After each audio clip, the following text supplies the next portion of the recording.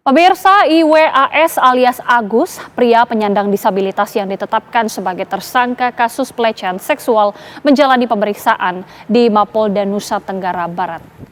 Agus tiba di Mapolda Nusa Tenggara Barat dengan ditemani kuasa hukum dan ibundanya. Ini merupakan pemeriksaan pertama Agus setelah ditetapkan sebagai tersangka kasus pelecehan seksual. Agus menjalani pemeriksaan di Subdit Renakta Direktur Kriminal Umum Mapolda Nusa Tenggara Barat. Dalam pemeriksaan tersebut, Agus tetap membantah memaksa korban melakukan hubungan seksual seperti yang dituduhkan. Saat ini jumlah korban pelecehan seksual yang dilakukan Agus sudah bertambah menjadi 15 orang. Dari 15 tersebut, 7 korban sudah melapor secara resmi ke Mapolda NTB. Termasuk 2 diantaranya masih di bawah umur. Dalam kasus ini, Agus dijerat Undang-Undang Tindak Pidana Kekerasan Seksual. Masih bisa keluar atau sekitar rumah aja.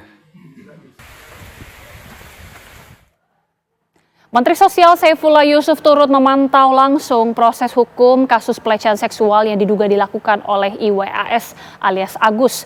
Gus Ipul memastikan pelayanan bagi disabilitas yang berhadapan dengan hukum sesuai standar.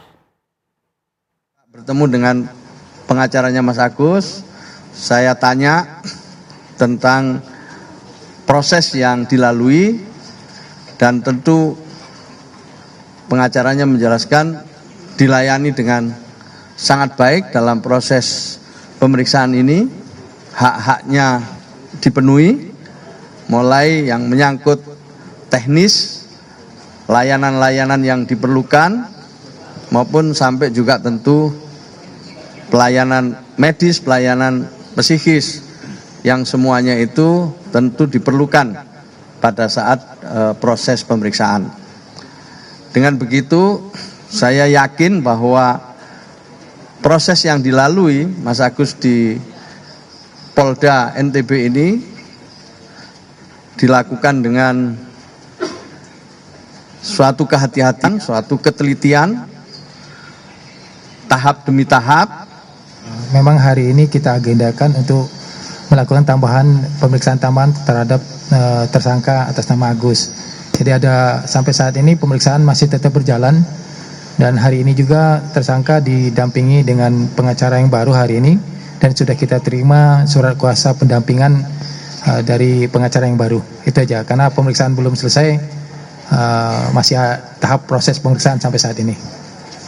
Terus untuk terkait dengan pemenuhan, salah satu kemarin kita sudah koordinasikan bahwa kita memperhatikan tersangka, salah satu bentuk adalah tahanan rumah. Sebenarnya ini merupakan bagian dari kami memperhatikan hak-haknya dari pelaku.